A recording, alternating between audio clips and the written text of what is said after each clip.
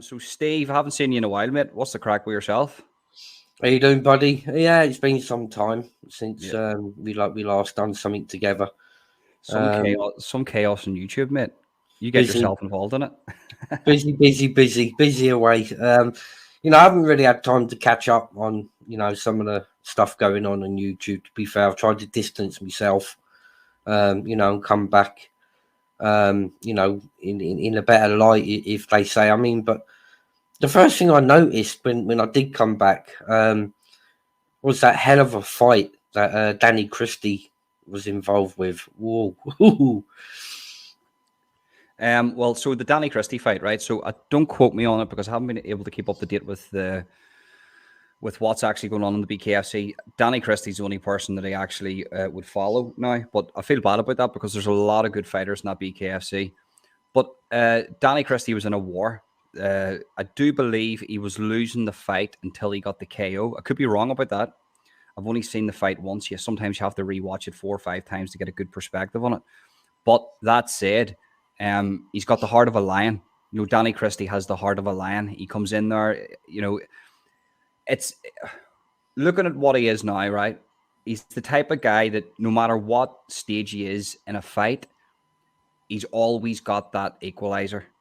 He can, he's got that power to knock you out at any stage. And for in BKFC to go to those depths and to take the punishment as he did is a very good indication now. That said, he can't be doing that. He can't be having these fights. Maybe there's 3 in your whole career to have these types of fights, especially at this level. So the fact that, he's already had 2 wars. Now, bare-knuckle boxing, you're going to get wars every fight. It's more external than internal. But I think he needs to, if he wants to have maybe fight 8 fights, he's going to be fighting for the title next. If he wins that title, which I'm confident that he will, then if he has to retain that title, you can't be getting into wars. You have to be fighting smart, And I'm not saying that he's not smart. I'm not saying he's not capable of those things, but there's only a certain amount of punishment a human can take. And then it's going to have long-lasting effects. You're seeing fighters now with CTE, with all different types of brain trauma, and he needs to be thinking about that. Just in my opinion, that's fair play. I'm not taking away from his win, and I love the fights. It's brilliant to watch that type of a fight. But for Danny himself, is there a way in BKFC that you can fight, still win, but not take as much damage? He needs, you need to adapt, in my opinion. I mean, looking at the fight, I've watched the fight over numerous times. Oh, incidentally, he has got the title, Ronan. That fight, he won that title. Are you sure? Was that not a title eliminator? No, that was a title fight that he won.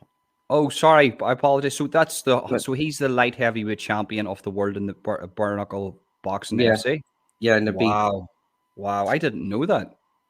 I mean, after watching the fight over, this opponent of Danny's, like, to me, I give Danny massive respect for the sake that he's changed his life around completely. This is a new Danny Christie shining now. And, this is the Danny Christie, I think, that's always been inside him, waiting to get out the fire. After watching that fight over and over, I mean, it was 2 completely different fighters. Now, the other guy, I must admit, outdone Danny on skills. His head movement, he's the way he was dodging the punches. But it was 2 completely different styles coming in a clash, because this guy, I felt in the first 3 rounds, was kind of like hit and running sort of thing. He was keeping out of the reach of, Danny's punch, because he knew full well one good straight right off Danny and it's game over. So I think he went into this fight to keep that distance, so there's no way that Danny can unleash that awesome power of that right that he's got. So for the first 3 rounds, he'd done that good, but somehow, as soon as he started getting up into the close exchanging of these punches, I knew from that moment it was going to be lights out for Danny's opponent, because we all know the power he's got is awesome. Danny's right hand is awesome, and it only takes that one catch, and it's game over for any opponent in my eyes. But Yeah. this guy decided to go in, punch for punch, and that's where for me, he lost that fight. Danny caught him.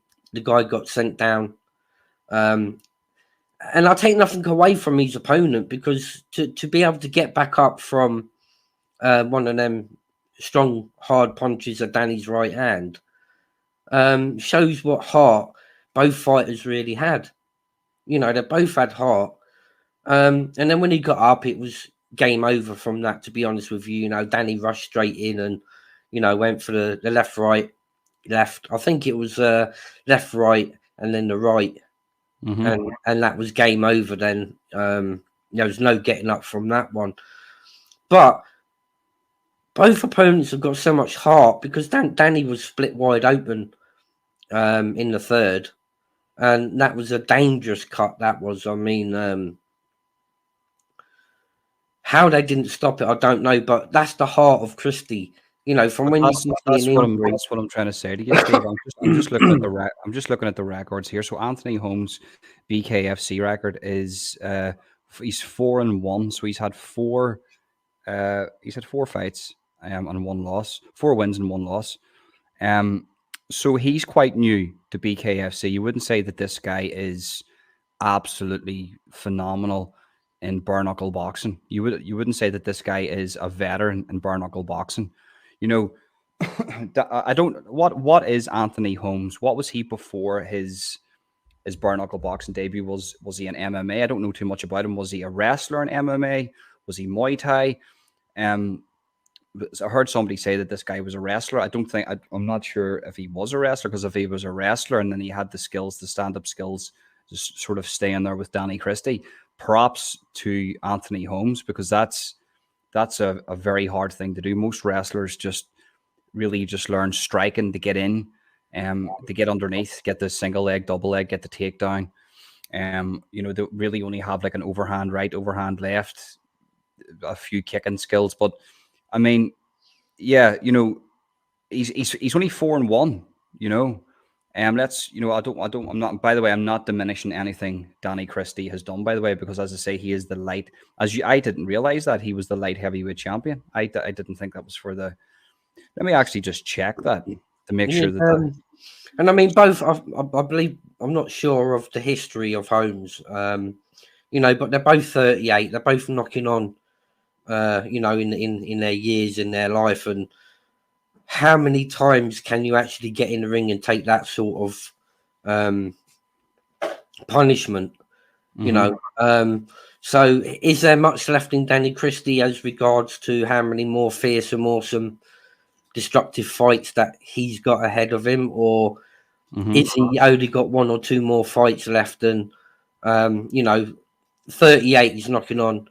And to take the punishment that Christie has in these past 3 fights, I'm just wondering to myself, how much more punishment can one man take? So that would be nice to see, what happens from here on out, for Danny. But I do believe, maybe 1 or 2 more fights, and you ain't going to be able to take that punishment for the rest of your life. No one can. Most certainly, Steve. I mean, there's no way that a person could continue to take that type of punishment. But it just shows you the heart of a lion that he has, because he got his whole eye, just the top of his eye, just split clean open. It was his whole face. I've seen the videos. His face is out like a balloon, and there are scars that he's going to take with him for the rest of his life. Now, it's not so much the external damage; it's the internal damage. What is the internal damage? Is it as bad as boxing? Because people would say, well, bare knuckle boxing's worse than boxing. Well, in boxing it can be there's a lot of internal damage, because it's just constant punches to the head with a glove, with power. Where I do feel in the BKFC there's internal damage a lot, but it's more external. You're getting sliced open. Imagine getting sliced open with knuckles. Do you know what I mean? Your whole face getting shredded. Maybe there's a bit more longevity. Maybe he can stick at it. Maybe he can. But what that'll do is that'll create so much scar tissue on his face. Every fight that he has after each one, then his face will open up a lot easier. It's like Nate Diaz. Nate Diaz has he fights for 30 seconds and his face is just pouring with blood because he's got so much scar tissue on his face that it just, you can flick his face and it starts to bleed. So that's what you're dealing with here. Hope for me, Danny, for if I was Danny Christie, I would be like, right, it's about building my profile so I don't have to go back and work on the building sites, scaffolding again. So what can I do to do that? Not that there's anything wrong with that. Jesus, I still myself do bits and pieces when it comes to that. But there's nothing wrong with that lifestyle. But you get what I'm saying. So build your profile in BKFC, get as many subscribers as possible onto your channel. Try to get up to 100,000 subscribers and start making that YouTube money, sponsorship money, and just build a really decent podcast. Because I've been watching a few of his podcasts on YouTube, and he's a really, really good interviewer. He's not bad at his job when it comes to interviewing people. He's got a different feel to it, and he's comfortable on the mic. So maybe there's after this, he has a few more BKFC fights. Maybe there's a commentating job for him, and at the same time he's commentating and doing the podcast and stuff on YouTube. But it is inevitably now for him. It's like what can I do to get as much out of this as possible? It's not just about like how much did he make for the fight? How much would you make for those fights? I don't know. Did he make 10 grand for that fight? You need. I don't know his contract. I'm not down. Maybe he got a lot more, but you get where I'm saying. It's about how do I benefit from this for the rest of my life? I mean, you're quite right with what you said there. One human can only take so much punishment, and he's got the heart of a lion. He's proved that, in the fights that he's had, and each one's been a vicious fight. It's not as if it's where you got two opponents and they're just dancing around the ring or avoiding each other. These have been vicious, exchanges of, heavy duty punches. And I think even Danny will admit himself, he don't know what's left in the tank, meaning before some serious damage is done. How many fights has he realistically got left at that punishment level? Because to me, he's got nothing more to prove to the world whatsoever. And, he's come a long way from where he was 20 years ago to where he is today. And he's built that like all himself. I'll probably guess and say he's maybe got one or two more Fishers fights in him. And then he's going to have to seriously start thinking about, where he wants to go next. He could have a high-class commentary job, like you say there, because a lot of fighters, they do go onto the commentary box. It's completely different from boxing, though, Steve, because you had Floyd Mayweather at the start of his career. I know it's completely chalk and cheese, different sport, different people, and all the rest. But for an example, like Floyd he started off as Pretty Boy Floyd. But Pretty Boy Floyd was more of a vicious fighter. That's when Floyd Mayweather got most of his knockouts, and then maybe it could be the other way about. But then he changed the Money Mayweather, and what that was, it was a complete change in styles. He adopted more the Philly shell, where you're covering all your organs and your chin, and you're staying behind a jab. You're sort of wilting your opponent down. I don't know if you can do that in BKFC. You don't have the protection of the gloves. You can't, the ring is brutal. It's not a boxing ring. It's absolutely brutal. The rule set with the clinch, I do believe the BKFC allows a clinch to a certain degree. That is, people don't realize how big that is, because that's why MMA guys are doing so well in the BKFC. Even Danny Christie spoke about that, I think. And, maybe if you want to sort of reserve what you have and go for longevity, learn the clinch better, clinch up a bit more, maybe learn to clinch, I'm not saying he can't move, but maybe learn to avoid. That's easier said than done, because as I said, the ring's brutal.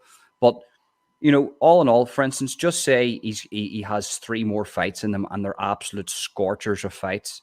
Well, the positive side to that is he leaves a legacy that this is what a bare-knuckle boxer is. It's just an absolute warhorse. Or if he decides to take a different approach to BKFC and maybe be more defensive, if there's such a thing, then then that's still going to leave a legacy as a person who's able to adapt in such a vicious sport. So either way, I think it's a win-win. But for me, as I say, I'm going to stick to my guns. The guy's an absolute warrior. He's an animal. He's a brilliant fighter. He seems like a nice guy whenever you see him on the. I've only shared a panel with him once, and that was last year. But he was nice to me, even though through all that Deca Higgy stuff, whenever I believe Deca, and he was 100% fine. But he was 100% fine sharing the panel. He said hello to me. He seems like a really nice guy, and first impressions are everything to me, and he came across as a very decent, genuine bloke. But I think for moving into the future, it's about getting as much clout from this BKFC as possible and setting up his next job. Because he could go back and he could work on the building sites. That's fine. There's nothing wrong with that. But let's make the most out of this. That's my mind frame. Let's make the most out of this as possible, and let's set up the next job.